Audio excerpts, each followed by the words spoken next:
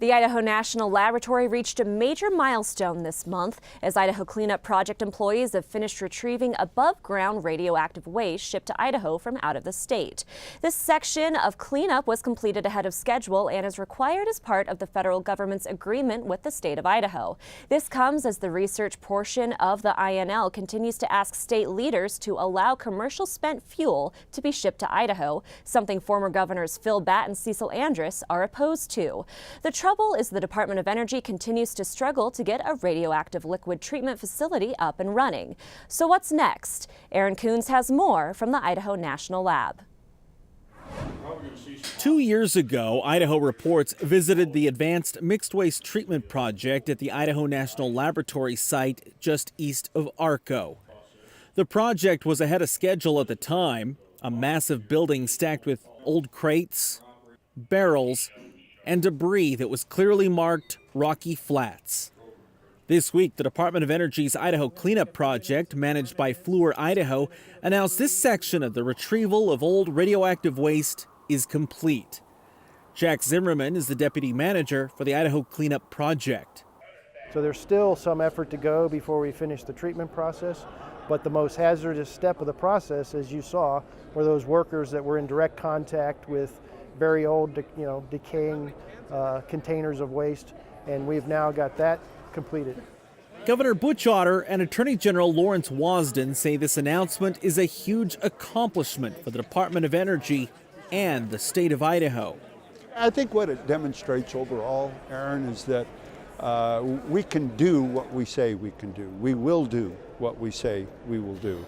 And this ought to give people a lot of confidence for the next mission that we get out here. And as we grow this mission, as the INL continues to be the epicenter of nuclear research and development for the world, when we say we're going to do something, we can do it.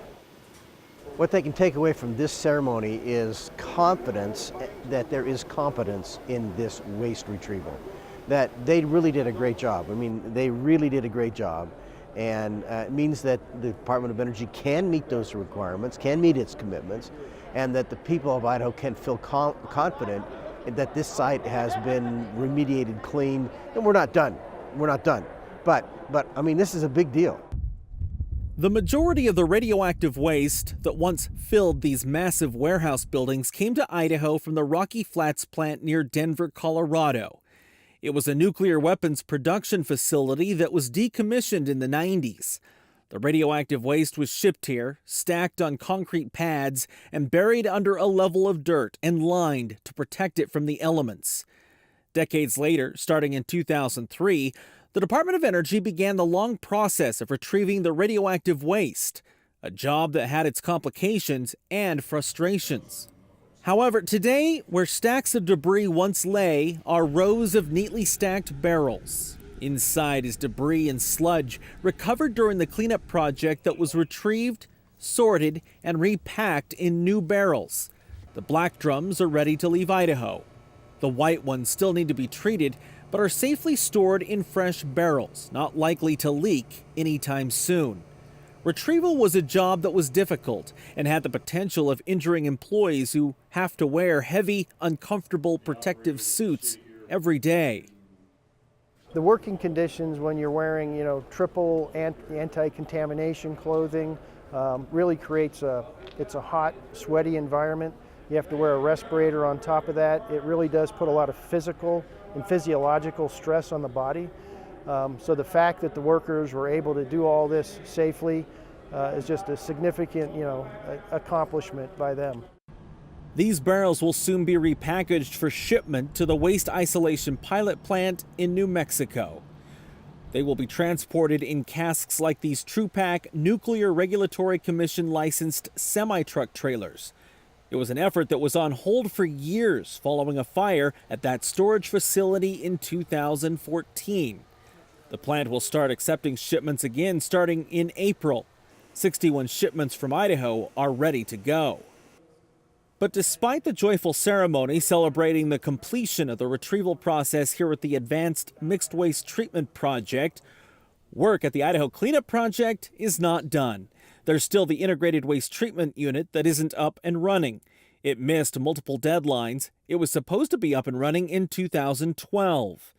That means Idaho leaders are still concerned about allowing research quantities of spent fuel from commercial power plants from coming to Idaho. So does this milestone, well ahead of the deadline specified in the 1995 settlement agreement, mean there's a willingness to accept commercial spent fuel? Well, that depends on who you ask. Governor Otter. You know, I think we should. The 95 contract has some limits on us, and we've been talking with folks about especially 2 research quantities for INL that were 100 pounds each. I weigh more than what we were going to bring in, but it's commercial waste. It's not government waste, commercial spent fuel, not government spent fuel. And so, you know, I'm hoping that things like this will establish a high level of confidence that we're able to do what we say we're going to do. In fact, I took extra coins. And the reason I took these extra coins, I want one for me on this celebration today.